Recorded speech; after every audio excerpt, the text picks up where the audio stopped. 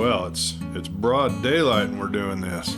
Seems a little strange, but that's all the same when we're around the campfire and got stories to tell, and all of you are here. I see a lot of familiar faces. I see a few new ones. Kind of works that way every time. So come on in, find you a place to sit around the campfire. Today we're gonna probably finish out book 2 of the Untamed. Well, but the good news is Ginger's found a book 3. Now, I haven't read it. I don't know the stories, but we're gonna find out together next time we get down here around this campfire. Well, it should be pretty soon, shouldn't it? Can't stay away for long. I know some of you have a story or two to tell. You got some Bigfoot stories, or you got some adventure stories, something that happened to you. If you send your stories in, why, maybe we'll share them. So moving along, we got chapter 39, The Storm. When they rode out of town, the wet sand squashed under the feet of their horses and splashed up on their riding boots and their slickers. It even spotted their faces here and there, and a light brown spray darted out to the right and to the left of the fallen hooves. For all the streets of Elkhead were running shallow rivers with dark, swift currents, and when they left the little town, the landscape was shut out by the fallen torrents. It made a strange and shifting panorama, for the rain varied in its density now and again, and as it changed hills which had been quite blotted out, leaped close upon them like living things, and then sprang back again into the mist. So heavy was that tropical fall of water that the horses were bothered by the beating of the big drops, and shook their heads and stamped fretfully under the ceaseless bombardment. Indeed, when one stretched out his hand, the drops stung him as if the lashes of tiny whips. There was no wind, no thunder, no flash of lightning, only a tremendous downpour which blended earth and sky in a drab, swift river. The air was filled with parallel lines as in some pencil drawing, not like ordinary rain, but as if the sky had changed into a vast watering spout and was sending down a continuous flood from a myriad holes. It was hard to look up through the terrific downpour, for it blinded one and whipped the face and made one breathless. But now and again a puff of the rare wind would lift the sodden brim of the sombrero, and then one caught a glimpse of the low-hanging clouds with the nearest whiffs of black mist dragging across the top of the hill.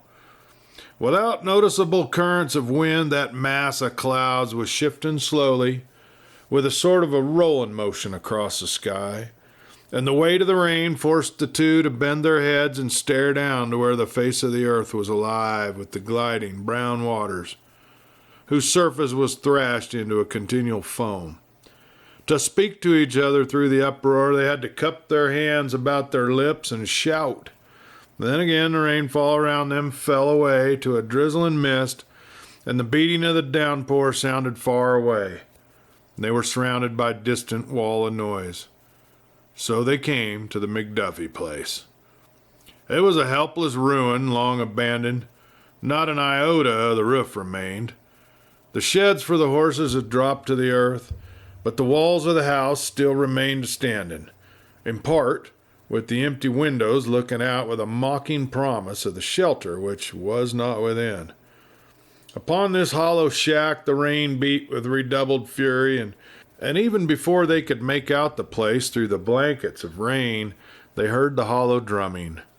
For there were times, oddly enough, when any sound would carry a great distance through the crashing of rain.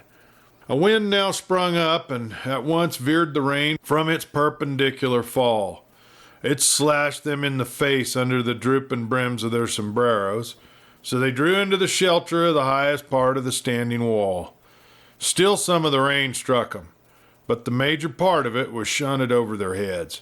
Moreover, the wall acted as a sort of a sounding board, catching up every odd noise from the storm-beaten plain beyond. They could speak to each other now without too much effort. "Do you think," asked Haw Haw Langley, pressing his reeking horse a little closer to Mac Strand, "that he'll come out after us in a rain like this?" But simple-minded Mac Strand lifted his head and peered through the thick curtains of rain. "Do you think," he parried, "that Jerry could maybe look through all this and see what I'm a-doing today?" It made Ha-Ha Langley grin, but peering more closely and observing that there was no mockery in the face of the giant, he wiped out his grin, and with a scrubbing motion of his wet hand, he peered closely into the face of his companion. "There ain't no doubt of it," he said reassuringly. "He'll know what you do, Mac. What was it that Pale Annie said to you?" "Wanted me not to meet Barry. Said that Barry had once cleaned up a gang of 6, and here we're only 2. "You ain't to fight," warned Mac Strand sharply. "It'll be man to man, Haw-Haw." "But he might not notice that," cried Haw-Haw, and he caressed his scrawny neck as though he already felt fingers closing around his windpipe. "Him being used to fight crowds, Mac, did you think of that?" "I never asked you to come," responded Mac Strand. "Mac," cried Haw-Haw in a sudden alarm, "suppose you wasn't to win? Suppose you wasn't able to keep him away from me?" The numb lips of Mac Strand sprawled into an ugly smile, but he made no other answer. "You don't think you'll lose," hurried on Haw-Haw, "but neither did them 6 that Pale Annie was telling about, most like. But they did. They lost. But if you lose, what'll happen to me?"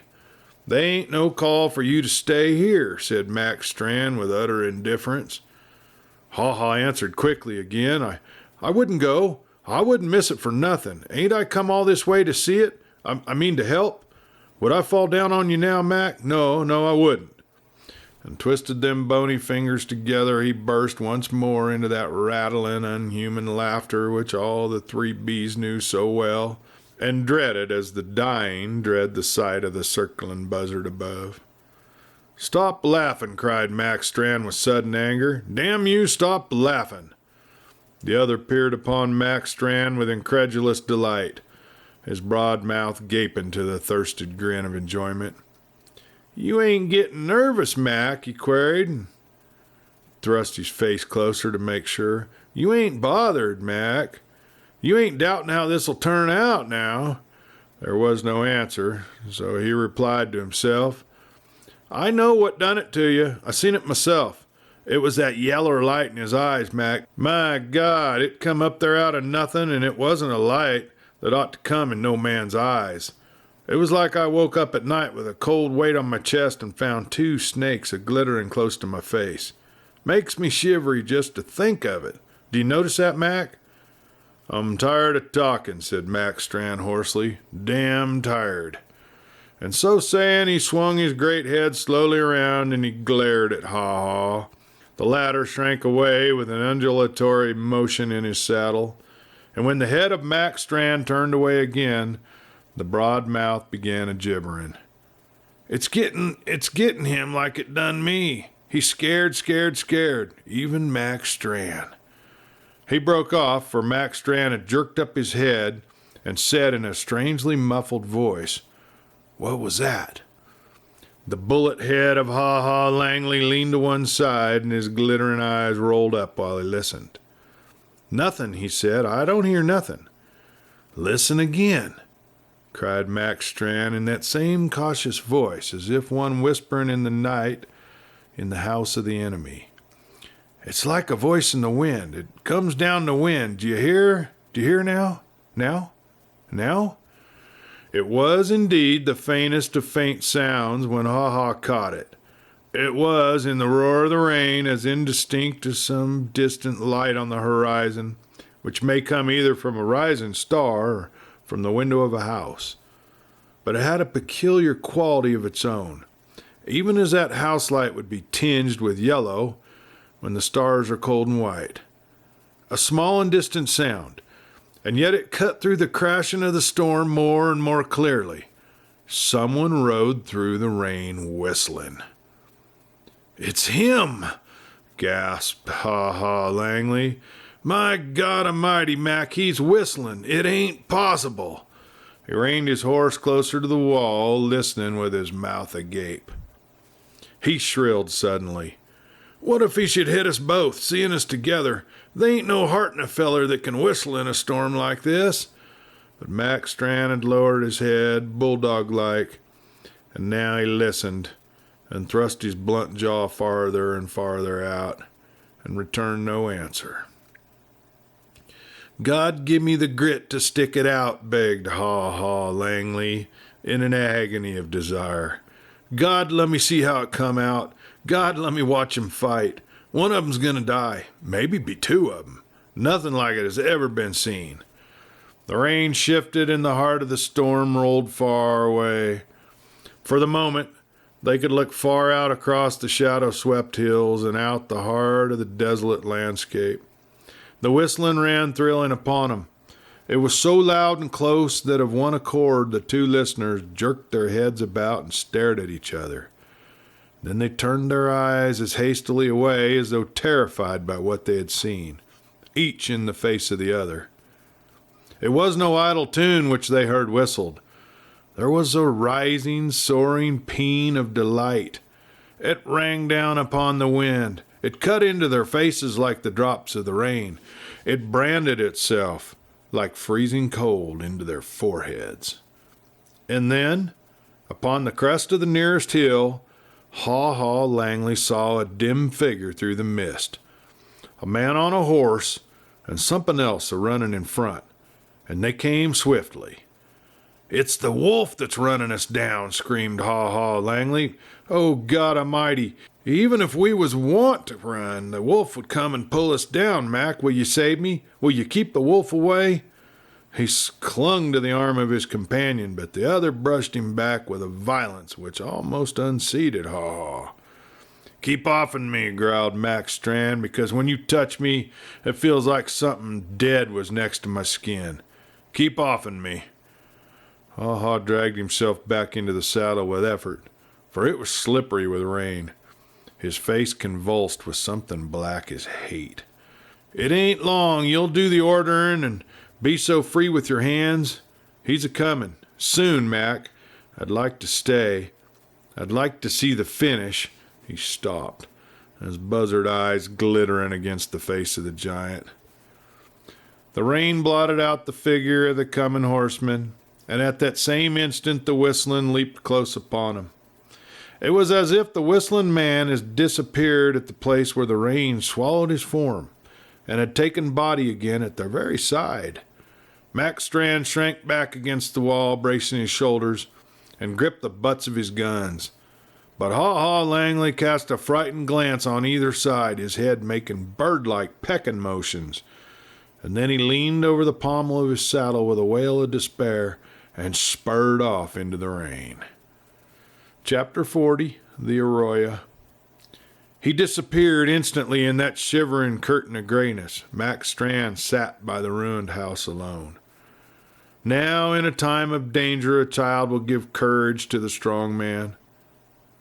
There is a wonderful communion between any two in a time of crisis, and when Haw-Haw Langley disappeared through the rain, it was to Mac Strand as it was to Patroclus when Apollo struck the base of his neck, and his armor of proof fell from him.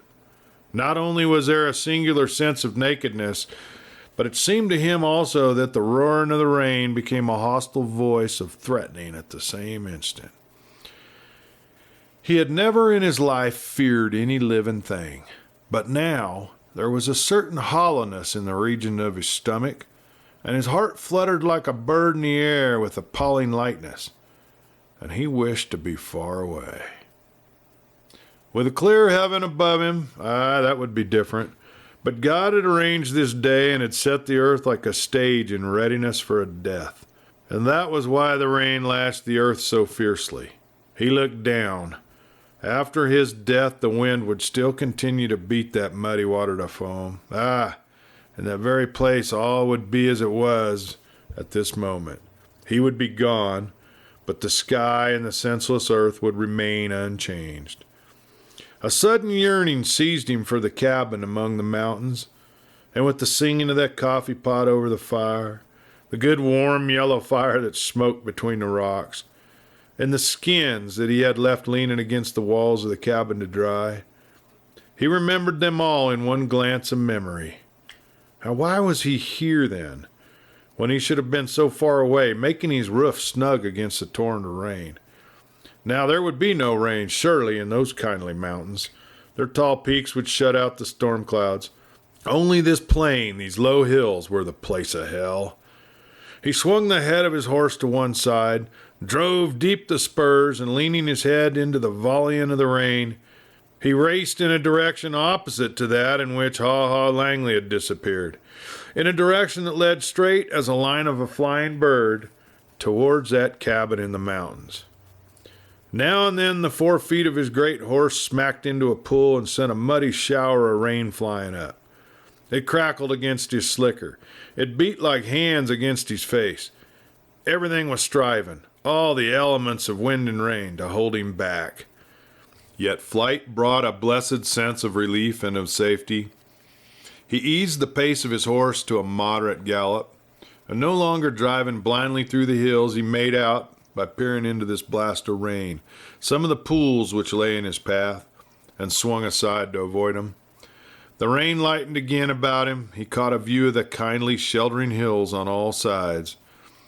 But as he urged his horse on towards them, a shrill flight of whistling fell upon his ears from behind. He drew his horse at once to a halt and listened with his heart knocking at his teeth. It was impossible, manifestly, that this fellow could have followed his track through the rain. For that matter, if the wolf fiend could follow traces over a plain awash with water, why might they not as well follow the tracks of Ha-Ha Langley? There was no good reasoning. The whistling? Well, the whistler was far away in the heart of the storm, and the sound was merely blown against the wind by a chance echo. Yet he remained holding his rein taut and listening with all his might. It came again, suddenly as before, sharp and keen as a shaft of light in the blackest heart of night, and Mac Strand leaned over the pommel of his saddle with a groan and drove the spurs home. At the same instant the rain shut in over the hills again. A fresher wind sprang up and drove the downpour into his face. Also its roar shut out the possibility of any sound reaching him from behind. He was the worse for that. As long as the whistling might reach him, he could tell how near the pursuer rode. But in this common roar of the rain, the man might be at any distance behind him, on his heels, indeed. Aye, Dan Barry might rush upon him from behind. He had seen that black stallion, and he would never forget those graceful, agile lines, that generous breast, wide for infinite wind, and the great heart. If the stallion were exerted, it could overtake his own mount as if he were standing still. Not on good footing, perhaps, but in this mucky ground the weight of his horse was terrible against him.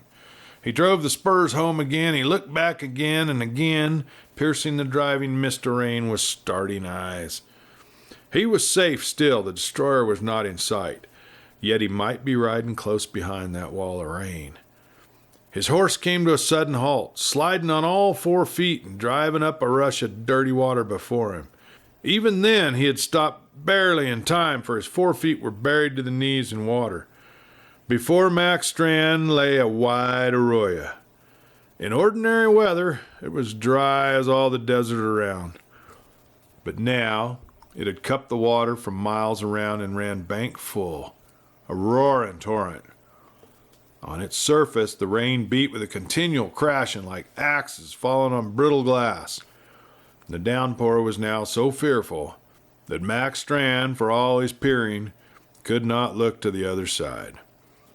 He judged the current to see if he might swim his horse across, but even while he stared, the stump of a cottonwood went whirling down the stream, struck a rock, perhaps on the bottom, flung its entire bulk out of the water with the impact, and then floundered back into the stream again and whirled instantly out of sight in the sheeting rain. Now, no horse in the world could live through such a current, but the arroyo might turn. He swung his horse and spurred desperately along the bank, keeping his eye upon the bank. No, the stream cut back in a sharp curve and headed him farther and farther in the direction of his pursuer. He brought the mighty horse to another sliding halt and swung about the opposite direction. for surely there must lie the point of escape. Desperately he rowed, for the detour had cost him priceless time. Yet it might be made up. Aye, the stream sloped sharply into the direction in which he wished to ride. For a distance he could not judge, since seconds were longer than minutes to Mac Strand now. And then the edge of the stream curved back again. He thought it must be a short twist in the line of the arroyo, but following it a little further, he came to realize the truth. The arroyo described a wide curve and a sharp one, and to ride down its banks on either side was merely to throw himself into the arms of Whistlin Dan. Once he struck his fleshy forehead, and then he turned with gritting teeth and galloped back for the point in which he had arrived. To his maddened brain it occurred that the current of the arroyo might by this have somewhat abated. He might now make his way across it. So he halted once more on the bank at the point where the stream doubled back on its course, and once more, in an agony, studied the force of the current. It seemed so placid at the first glance that he was on the verge of spurring his horse into the wide brown stream. But even as he loosed the reins, a gap opened in the middle of the water, widened, whirling at the brim, and drew swiftly into a fierce vortex with a black, deep bottom. Mac Strand tightened his reins again, then turned his horse, and he waited. Back the various cowered against the wall, and he becomes formidable. And Mac Strand was one who had never feared before either man or beast, or the powers of the storm. Even now he dreaded no reality, but there dwelt in his mind the memory of how Dan Barry had glared at him in the Gilead saloon, and how a flicker of yellow light had glowed in that man's eyes, a strange and phosphorescent glimmer that might be seen in the darkness and night. When he turned the head of his horse away from the arroyo, he waited as one waits for the coming of a ghost. There was the same chill tingling in his blood. Now the blanket of rain lifted and shook away to a comparative clearness, lifted, and for the first time he could look far away across the plains. Nothing but gray, rain-washed desert met his eyes, and then the whistling broke once more upon him at the crest of a thrilling run. Mac Strand strained his eyes through the mist of the storm, and then he saw, vaguely as a phantom, the form of a horseman rushing swiftly into the very teeth of the wind. The whistle wavered and ended, and in its place the long yell of a wolf cut the air. Mac Strand brandished a ponderous fist in defiance that was half hysterical. Man or a beast alone he would meet, but a wolf man? He whirled the horse again and urged him heedlessly into the water. The whirlpool no longer opened before him.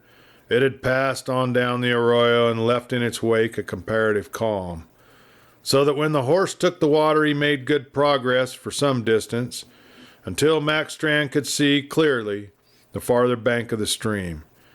In his joy he shouted to his horse and swung himself clear from his saddle to lighten the burden. At the same time they struck a heavier current, and it struck them down like a blow from above until the water closed over their heads. Now it was only for a moment, however. Then they emerged, the horse with courageously pricking ears and snorting nostrils just above the flood. Mac Strand swung clear, gripping the horn of the saddle with one hand, while the other he hastily divested himself of all superfluous weight. His slicker went first, ripped away from his throat and shoulders, and whipped off his body by one tug of the current. Next he fumbled at his belt and tossed this away, guns and all, striking out with his legs and his free arm to aid the progress that now forged ahead with noticeable speed. The current, to be sure, was carrying them farther down the stream, but they were now almost to the center of the arroyo, and then, though the water boiled fiercely over the back of the horse, they forged steadily close and closer to the safe shore. It was just chance that defeated Mac Strand. It came shooting down the river, and he saw it only an instant too late. A log, whipping through the surface of the stream as though impelled by a living force, and with arrowy straightness it lunged at them. Mac Strand heaved himself high. He screamed at the horse as though the poor brute could understand his warning. And then this tree trunk was upon them. Fair and square, it struck the head of the horse with a thud audible even through the rushing of the stream. The horse went down like lead, and Mac Strand was dragged down beneath the surface. He came up fighting grimly and hopelessly for his life, for he was in the very center of the stream now, and the current swept them relentlessly down. There seemed to be hands in the middle of the arroyo, and when he strove to battle his way to the edge of the water, the current tangled at his legs and pulled him back. Yet even then he did not fear. It was death, he knew, but at least it was death, fighting against a force of nature rather than destruction at the hands of some weird and unhuman agency. His arms began to grow numb. He raised his head to pick out the nearest point on the shore and make his last struggle for life. What he saw was a black head cutting the water just above him, and beside that horse, one hand upon the beast's mane, swam a man, and at the same instant a hand fastened on his collar, and he was drawn slowly against the force of the river. In the stunning surprise of the first moment, he could make no effort to save himself, and as a result, all three were washed hopelessly down the current. But a shrill warning from his rescuer set him fighting again with all the power of his great limbs. After that, they forged steadily towards the shore. The black horse swam with amazing strength, and breaking the force of the current for the men, they soon passed from the full grip of the torrent and forged into the smoother shallows at the side of the stream. In a moment, firm land was beneath the feet of Mac Strand, and he turned his dull eyes of amazement upon Dan Barry. The latter stood beside the panting black horse. He had not even thrown off his slicker in the fording of the stream. There had been no time for even that small delay if he had wished to save Strand, and now he was throwing back the folds of the garment to leave free play for his arms. He panted from the fierce effort of the fording, but his head was high. A singular smile lingered about the corners of his mouth, and in his eyes Mac Strand saw the gleam of yellow, a signal of unfathomable danger. From his holsters, Barry drew 2 revolvers. One he retained, and the other he tossed towards Mac Strand, and the latter caught it automatically. "Now," said the soft voice of Dan Barry, "we're equally armed. Down, Bart," for the wolf dog was slinking with ominous intent towards the giant. "And there's the dog you shot. If you drop me, you can send your next shot right into Bart. If I drop you, the teeth of Bart will be in your throat. Make your own terms, fighting the way you want. Knives if you like 'em better than guns, or," and here the yellow flamed terribly in Barry's eyes, "bare hand to hand." The grim truth sunk slowly back into the dull mind of Mac Strand. The man had saved him from the water to kill him on dry land. "Barry," he said slowly, "it was your bullet that brung down Jerry. But you've paid me back here. There's nothing left on earth worth fighting for. There's your gun." And he threw the revolver into the mud at Barry's feet, turned on his heel and lumbered off into the rain. There was no voice of answer behind him, except a shrill whine of rage from Black Bart, and then a sharp command down from the master. As a blanket of rain shut over him, Mac Strand looked back, and there stood the strange man with his wolf crouched at his feet, and the teeth of Bart were bared, and the hum of his horrible snarling carried the Strand through the beat of the rain. Mac Strand turned again and plodded slowly through the storm. And Dan Barry? Twice men had stood before him, armed, and twice he had failed to kill. Wonder rose in him, wonder and a great fear. Was he losing the desert? And was the desert losing him? Were the chains of humanity falling about him and drag him down to a tamed and sordid life? A sudden hatred for all men, Mac Strand, Daniels, Kate, And even poor Joe Cumberland welled hot in the breast of Whistlin Dan. The strength of men could not conquer him, but how could their very weakness disarm him? He leaped upon the back of Satan and rode furiously back into the storm. Chapter 41, The Falling of Night. It had been hard to gauge the falling of night on this day, and even the careful eyes of the watchers on the Cumberland ranch could not tell when the grayness of the sky was being darknessed by the coming of the evening.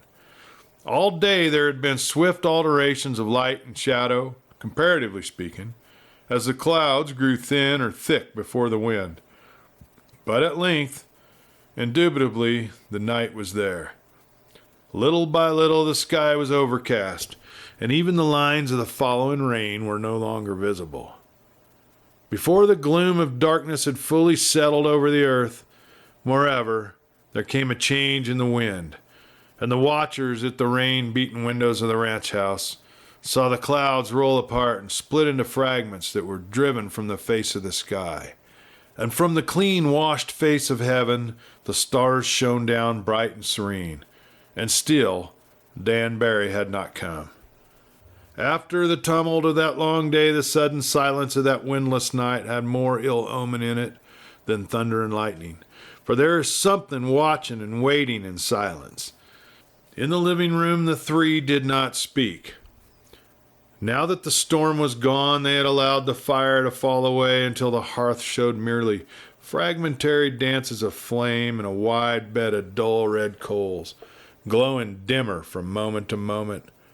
Wung Lu had brought in a lamp, a large lamp with a circular wick that cast a bright white light, but Kate had turned down the wick, and now it made only a brief circle of yellow in one corner of the room.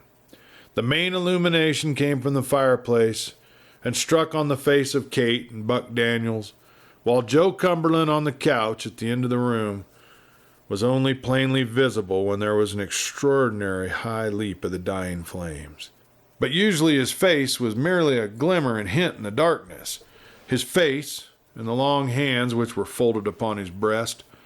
Often when the flames leapt there was a crackling of the embers and the last of the log, and then the two nearer the fire would start and flash a glance of one accord towards the prostrate figure on the couch. That silence had lasted so long that when at length the dull voice of Joe Cumberland broke in, there was a ring of most prophetic solemnity about it. "He ain't come," said the old man. "Dan ain't here." The others exchanged glances, but the eyes of Kate dropped sadly and fastened again upon the hearth. Buck Daniels cleared his throat like an orator. "Nobody but a fool," he said, "would have started out of Elkhead in a storm like this." "Weather makes no difference to Dan," said Joe Cumberland. "But he'd think of his hoss." "Weather makes no difference to Satan," answered the faint, oracular voice of Joe Cumberland. "Kate?" "Yes? Is he coming?" She did not answer. Instead, she got up slowly from her place by the fire and took another chair. Far away in the gloom, where hardly a glimmer of light reached to her, and there she let her head rest, as if exhausted, against the back of the seat. "He promised," said Buck Daniels, striving desperately to keep his voice cheerful. "And he never busts his promises." Said the old man. "He promised to be back, but he ain't here." "If he started after the storm," said Buck Daniels. "He didn't start after the storm," announced the oracle. "He was out in it." "What was that?" cried Buck Daniels sharply. "The wind," said Kate, "for it's rising. It will be a cold night tonight." "And he ain't here," said the old man monotonously. "Well, ain't there things that might hold him up?" asked Buck with a touch of irritation. Said the old rancher. "They's things that'll hold him up. They's things that'll turn a dog wild, too. And the taste of blood is one of 'em." The silence fell again. Now, there was an old clock standing against the wall. It was one of those tall wooden frames in which, behind the glass, the heavy polished disc of the pendulum alternated slowly back and forth with a wearisome precision. And with every stroke of the seconds there was a faint metallic clangor in the clock, a falter like that which comes in the voice of a very old man. And the sound of this clock took possession of every silence until it seemed like the voice of a doomsman counting off the seconds. Everyone in the room again and again took up the tale of those seconds and would count them slowly. 50, 51, 52, 53, and on, waiting for the next speech, or for the next popping of the wood upon the hearth, or for the next wail of the wind that would break upon the deadly expectancy of that count. And while they counted, each looked straight before him with wide and widening eyes. Into one of these pauses the voice of Buck Daniels broke at length, and it was a cheerless and lonely voice in that large room, in the dull darkness, the duller lights. Do you remember Shorty Martin, Kate? I remember him. He turned in his chair and hitched it a little closer to her until he could just make out a face dimly among the shadows. The flames jumped on the hearth, and he saw a picture that knocked at his heart. That little bow-legged feller, I mean. Yes, I remember him very well. Well, once more the flame sputtered, and saw how she looked wistfully before her and above. She had never seemed so lovely to Buck Daniels. She was pale, indeed, but there was no ugly pinching of her face, as if there were shadows beneath her eyes. They only served to make her eyes seem marvelously large and bright. She was pallid, and the firelight stained her skin with touches of tropical gold, and cast a halo of the golden hair about her face. She seemed like one of those statues wrought in the glory and the rich days of Athens, in ivory and in gold, some goddess who has heard the tidings of the coming fall, the change of the old order, and sits passive in her throne, awaiting the doom from which there is no escape. Something of this filtered through to the sad heart of Buck Daniels. He too had no hope, nay, it not even her small hope, but somehow he was able to pity her and cherish the picture in her in that gloomy place. It seemed to Buck Daniels that he would give 10 years from the best of his life to see her smile as he had once seen her in those old bright days. Well, he went on with his tale. You would have busted laughing if you'd seen him at the Circle Y bar roundup the way I seen him. Now, Shorty ain't so bad with a rope. He's always talking about what he can do and how he can daub a rope on just anything that's got horns. He ain't so bad, but then he ain't so good either, especially he ain't so good at riding. You know that bow-legged thing he's got going? You know what bow legs he's got, Kate. I remember, Buck. She was looking at him at last, and he talked eagerly to turn that look into a smile. Well, they was the 3 of us that got after one 2-year-old, a bull and a bad one. Shorty was on one side, and me and the cuddle was on the other. Shorty daubed his rope and made a fair catch, but when his hoss sat back and the rope busted plumb in two. Now Shorty, he had an idea that he could ease the work of his hoss a whole pile if he laid holts on the rope whenever his hoss set down to flop a cow. So Shorty, he had holts on his rope and was pulling back hard when the rope busted. And Shorty, he spilled backwards out of that saddle like he'd been kicked out. Well, whilst he was laying there, that bull that had taken a header when the rope busted come up to his feet again, and I'll tell a man he was rarin' mad. He seen a Shorty laying on the ground and he took a run for him. Well, me and Cuddle was laughing so hard that we couldn't barely swing our ropes, but I made a throw and managed to get that bull around both horns. So my Betty, she sits down and braces herself for the tug. In the meantime, little Shorty, he sits up, lays a hand to his head, and sometime he sees that bull's a-tearing up for him. Up he jumps, and just then the bull comes to the end of the line and won't, and down he goes, head over heels, and hits the sand with a bang that must have jostled his liver some, I'll be saying. Well, Shorty, he seen that bull fly up into the air, and he lets out a yell like the world was coming to an end and starts a-running. If he'd run straight back the other way, the bull couldn't have run a step, 'cause I had him fast with my rope. But Shorty seen me and come tearing for my hoss to get behind him. That bull was like a cat getting to his feet, and he sights a Shorty tearing and lights out after him. There they went, lickety-split. That bull was puffing on the seat of Shorty's trousers and tossing his horns and just missing Shorty by inches. And Shorty had his mouth so wide open hollering that you could have throwed a side of beef down his throat, and his eyes was bugging out.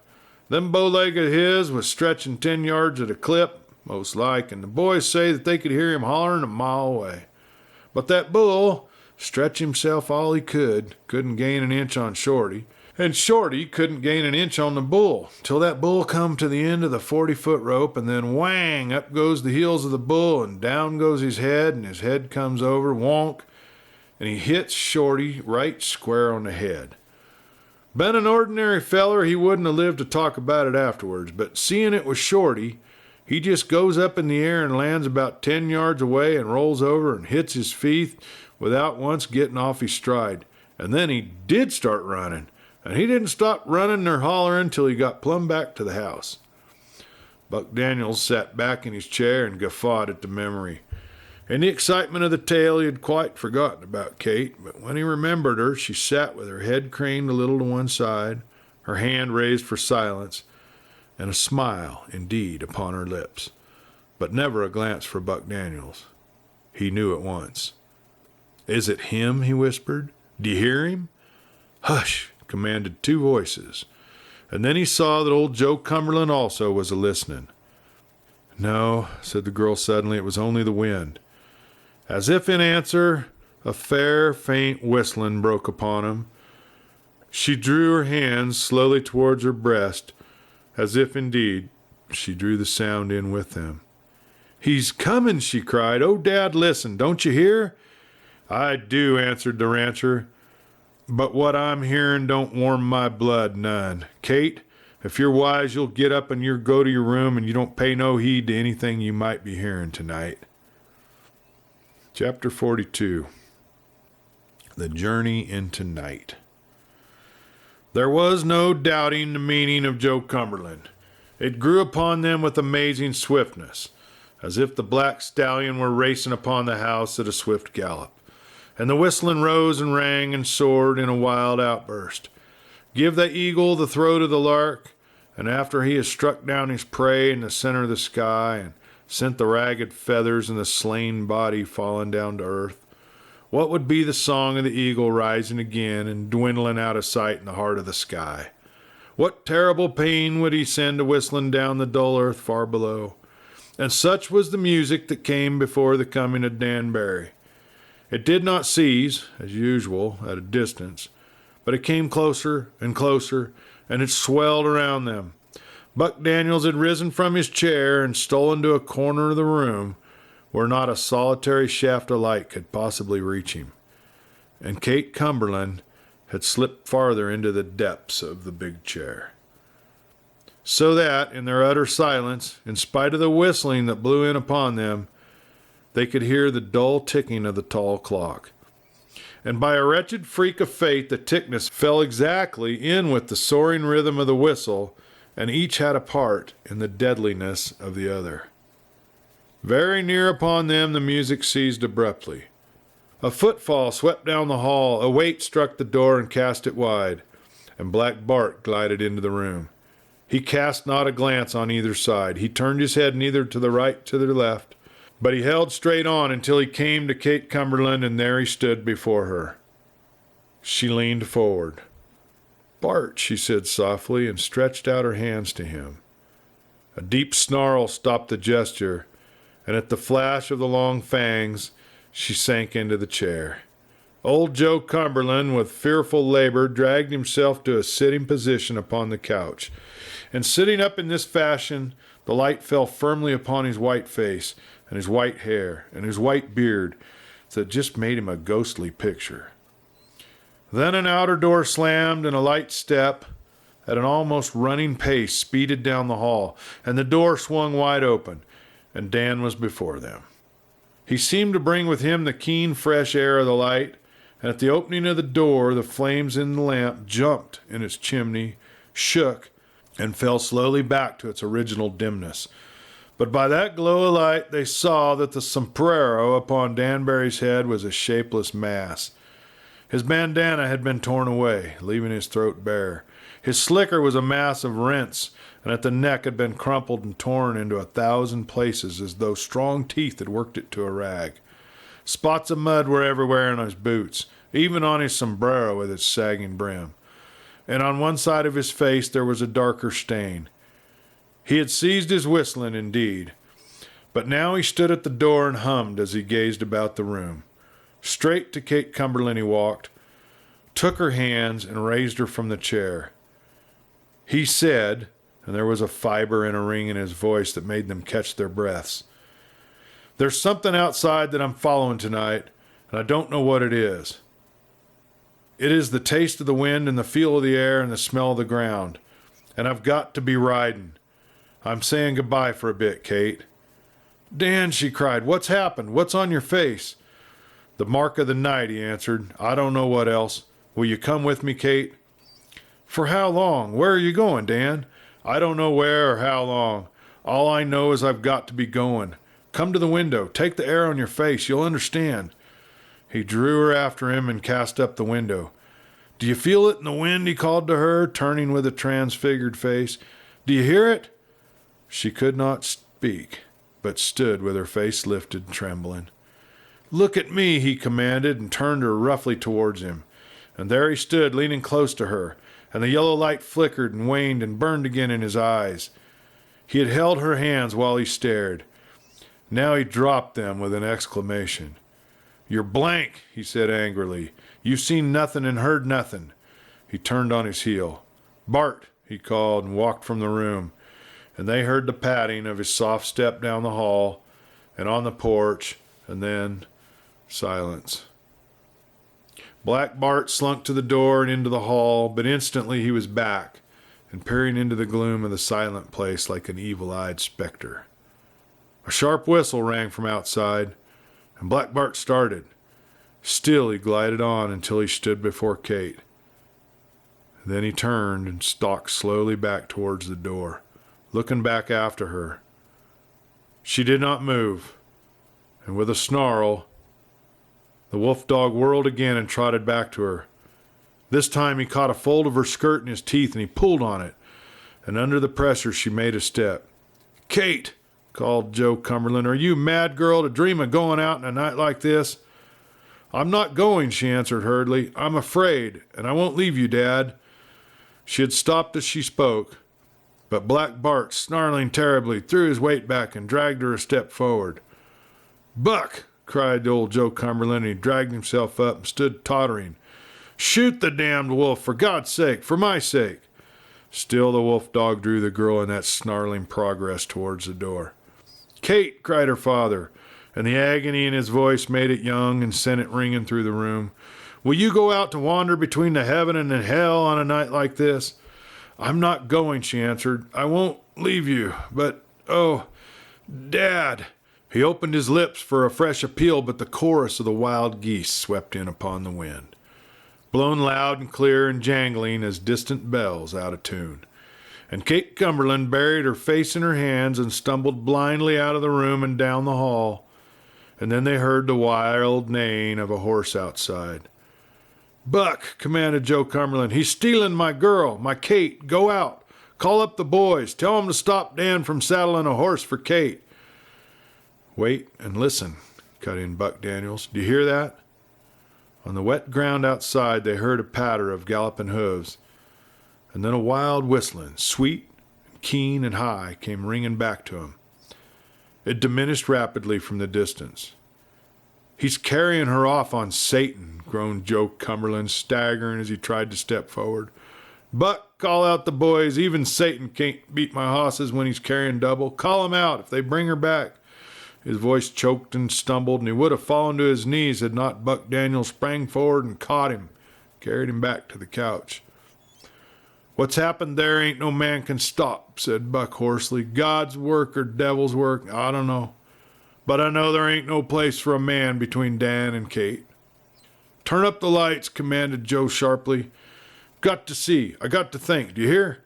Buck Daniels ran to the big lamp and turned up the wick. At once, a clear light flooded every nook of the big room and showed all of its emptiness. "Can't you make that lamp work, man?" asked the old ranchman angrily. Ain't they any oil in it? Why, Buck, there ain't enough light for me to see your face hardly. But I'll do without the light. Buck, how far will they go? Kate's a good girl. She won't leave me, lad." "She won't," agreed Buck Daniels. "Just gone with Dan for a bit of a canter." "The devil has come back in his eyes," muttered the old man. "God knows where he's heading for. Buck, I brought him in off in the range, and I made him a part of my house. I took him into my heart. And now he's gone out again and taken everything that I love along with him, Buck. Why did they go?" "He'll come back," said the big cowpuncher softly. "It's getting darker and darker," said Joe Cumberland, "and they's a kind of ringing in my ears. Talk louder, I don't hear you none too well." "I said they was coming back," said Buck Daniels. Something like a light showed on the face of Joe Cumberland. "Aye, lad," he said eagerly. "I can hear Dan's whistling coming back, nearer and nearer. Most like he was just playing a joke on me, huh, Buck?" "Most like," said Buck brokenly. "Aye, there it's ringing at the door of the house. Was that a footstep on the hall?" "It was," said Buck. "They's coming down the hall." But far, far away he heard the whistling of Dan Barry dying among the hills. "You let the lamp go out," said Joe Cumberland, "and now I can't see nothing. Are they in the room?" "They're here," said Buck Daniels, "coming towards you now." "Dan!" cried the old man, shading his eyes and peering anxiously. "No, I can't see a thing. Can you find me, lad?" And Buck Daniels, softening his voice as much as he could, answered, "I can find you." "Then give me your hand." Buck Daniels slipped his own large hand into the cold fingers of the dying cattleman. An expression of surpassing joy lay on the face of Joe Cumberland. "Whistlin Dan, my Dan," he murmured faintly. "I kind of sleepy, but before I go to sleep tonight, I gots to tell you that I forgive you for your joke, pretending to take Kate away. They's nothing but sleep worthwhile, and going to sleep and holding your hand, lad." Buck Daniels dropped upon his knees and stared into the wide, dead eyes. Through the open window a sound of whistling blew to him. It was a sweet, faint music, and being so light it seemed like a chorus of singing voices among the mountains, for it was as pure and as sharp as the starlight. Buck Daniels lifted his head to listen, but the sound faded, and the murmur of the night wind came between. Well, folks, that's the end of book 2. It kind of leads us into a third book. Don't we want to know what happened from here? There's a lot could have happened. Well, it was good seeing y'all tonight. I'm glad you came and shared your time with me. The coffee was nice, and we got some more stories to tell, it looks like. And those of you that are going to leave, why, I'll see you next time, right here around the campfire with me, Clay Steele. Until then, good night.